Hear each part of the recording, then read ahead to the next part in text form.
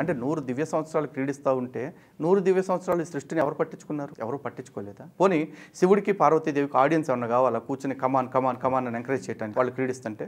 అంటే అక్కడ ఏదో ఖగోళ సంబంధమైన ఒక అద్భుతం జరిగింది. అది ఆ అద్భుతాన్ని మనకు అర్థమయ్యేలాగా చెప్పడం కోసం దానికి పౌరాణిక పాత్రల్ని జోడించి చెప్పారు. అందులో ఎవరెవరి పేరు, ఇప్పుడు మదన్ గుప్తా గారి పేరు, లలిత్ కుమార్ పేరు రాసేసి నువ్వు నీ భార్యతో అట్లా చేసి అట్లా చేసి అంటే మనకు నచ్చదు. కాబట్టి సరే మనందరినీ కాపాడేది రక్షించేది ఆయనే కదా, ఆయన పేరే వాడేద్దాం అని చెప్పేసి దేవుళ్ళ పేర్లు వాడేశారు. అదొకటే కాదండి, ఇప్పుడు మీకు చంద్రుడికి 27 మంది భార్యలు, 27 నక్షత్రాలు. ఇప్పుడు తారా శశాంకం చూడండి ఎంత బూతులాగా చూస్తారు మన వాళ్ళు. ఇప్పుడు బృహస్పతి భార్యతో చంద్రుడు సంభోగించాడు. ఎలా సంభోగించాడు? బృహస్పతి భార్య చంద్రుడి దగ్గరికి వచ్చిందట. అంటే దాన్ని ఎలా చెప్తున్నారు? బృహస్పతికి దగ్గరగా ఉండే ఒక నక్షత్రం చంద్రుడికి దగ్గరగా వచ్చింది అని. ఆ కొల్యూజన్ వల్ల, ఆ రెండింటి వల్ల రాపిడి జరిగినప్పుడు ఏదో ఒక కొత్త గ్రహం పుట్టింది, బుధ గ్రహం అనేది పుట్టింది అని మన పురాణకారుల నమ్మకం.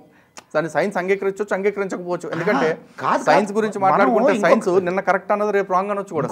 పాసిబిలిటీ ఉంది సార్. ఇంకొక విషయం సార్, ఇప్పుడు ఒక విషయాన్ని చెప్పేటప్పుడు ఒక సింబాలిక్ గా చెప్పడం మన కర్తల, మన కవుల, ఋషుల పురాణం అనేది ప్రతీకాత్మకంగా చెప్పాలి.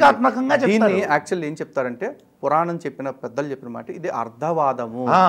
అర్థవాదం అంటే చాలా మంది అనుకుంటారు అర్థం అంటే మీనింగో డబ్బు అనుకుంటారు. కాదు, అర్థము అంటే కోసము, దేని కోసం చెప్తున్నామో అది అర్థం చేసుకోవాల్సిన బాధ్యత అందరి మీద ఉంది. ఈరోజు నా పురుషార్థం అంటారు. పురుషార్థం అంటే, పురుషార్థాలు అంటే ధర్మార్థ కామమోక్షాలు, ఈ 4 సాధించటం కోసం చెప్పబడుతున్నారు. ఆ అర్థం. అలాగే అర్థవాదం అంటే ఏంటంటే ఎందుకు చెబుతున్నారు అనేది తీసుకోవాలి. ఈ రోజున పురాణంలో ఒక కథ ఉంటుంది. ఒక వేటగాడు, ఒక జింక, ఆ జింక పిల్ల లేకపోతే జింక భర్త. ఆ వేటగాడు అట్లని చంపాలని చూస్తుంటే జింక వచ్చి బతిమాలుకుని నన్ను ఒక్కరోజు వదిలిపెడితే, నా కాసేపు వదిలిపెడితే నా పిల్లల దగ్గరికి వెళ్ళి మంచి చెడు చెప్పొస్తాను అంటది. వెనక్కి చెప్పేసి వస్తుంది. వచ్చేటప్పటికి ఆ జింకతో పాటు మగ జింక కూడా వచ్చేసి, భర్త జింక ఇగో నేనుండగా నువ్వు చనిపోకూడదు, కుటుంబం కోసం నేనే త్యాగం చేయాలి అని చెప్పేసి మగ జింక వచ్చి వేటగాడి ముందు నిలబడతాడు. ఆ పిల్ల జింక వచ్చేసి మీరిద్దరు లేనప్పుడు మేము ఎట్లా బతుకుతాం, మేము కూడా చనిపోతామని వస్తారు. వీళ్ళందరినీ చూసి త్యాగంలో పోటీ పడుతుంటే ఆ వేటగాడు అనుకుంటాడు అనమాట, అరే జంతువులు ఇవే ఇంత త్యాగం చూపిస్తున్నప్పుడు, ఇంత సత్యనిష్ట చూపించినప్పుడు, అంటే ప్రాణం పొద్దని తెలిసి కూడా వెనక్కి వచ్చినప్పుడు నేను మారకపోతే ఎట్లా, ఈ రోజు నుంచి నేను వేట మానేస్తున్నాను అని చెప్పేసి అన్నాడు.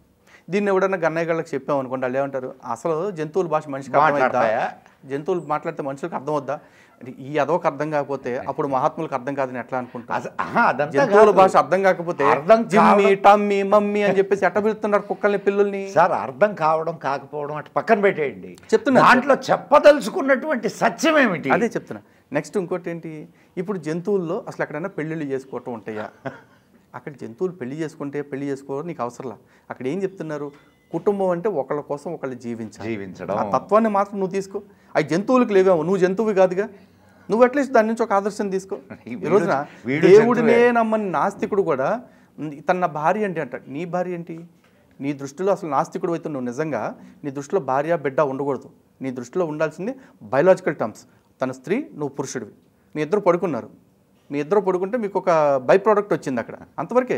నువ్వు వాటికి పేర్లు కూడా పెట్టకూడదు చెప్పాలంటే. ఎంత దౌర్భాగ్యపు ఉండగొడుకులు తయారవుతారంటే నాస్తికుల్లో. మొన్న ఒకటి మాట్లాడుతున్నాడు, అసలు సంస్కృతానికి ఒక భాష లేదు, అట్లాంటి సంస్కృతంలో ఏదేదో రాస్తే నేను నమ్ముతానా అంటాడు. ఓరే ఎదవల్ల ఆ సంస్కృతాన్ని రాస్తేనే, ఆ సంస్కృతం మీరు నమ్మకపోయినా మిమ్మల్ని వదలట్లా. ఎందుకంటే ఒకటి చచ్చిపోయాడు మహేష్ అని, ఆ మహి ప్లస్ ఈశ ఏ భాష? సంస్కృతం కదా. నరేష్ అని కూడా ఉన్నాడు, నర ప్లస్ ఈశ, అడిదే భాష. ఈడు పెట్టుకున్న సంస్థ పేరు భారత నాస్తిక సమాజము. భారత ఏ భాష? నాస్తిక ఏ భాష? ఈడి సంస్థ నుంచి ఈడు సంస్కృతాన్ని పక్కన పెట్టలేడు. ఈ సౌటముండా కొడుకులు అందరూ కూర్చొని సంస్కృతానికి వంకలు పెడతా ఉంటారు. మరి ఎంత దౌర్భాగ్యం బతికైపోతుంది అంటే మన వాళ్ళు అర్థం చేసుకోవాలి. ఎవడైతే హిందువుల్ని విమర్శ చేస్తూ ఉన్నాడో వాళ్ళంతా కూడా హిపోక్రైట్స్. ఖచ్చితంగా అందరూ హిపోక్రైట్సే. వాళ్ళు హిందుత్వాన్ని విడిచి బతకలేరు. తేడా వచ్చిందంటే వాళ్ళు మాట్లాడ కూడా అట్ట, రే నువ్వు నా దగ్గర టాలెంట్ చూపించు, మాకు హనుమంతుడి ముందు కుప్పిగంత లేదు అంటాడు. ఆడికి హనుమంతుడితో పని ఏంటి? ఆడు ఏమనుకున్నా ఆడిని వదిలిపెట్టి పోదు భారతీయ సంస్కృతిని వదిలిపెట్టి ఆడు అంతకంటే పోలేడు. కానీ విదేశీయులు వేసే కుక్క బిస్కెట్లు మింగి ఇక్కడ సనాతన ధర్మాన్ని అవమానించడం అనేది ఒక వృత్తిలాగా, ఒక ఉద్యోగంలాగా చేస్తున్నారు ఈ గలీజ్ గాళ్ళు అందరూ కలిసి.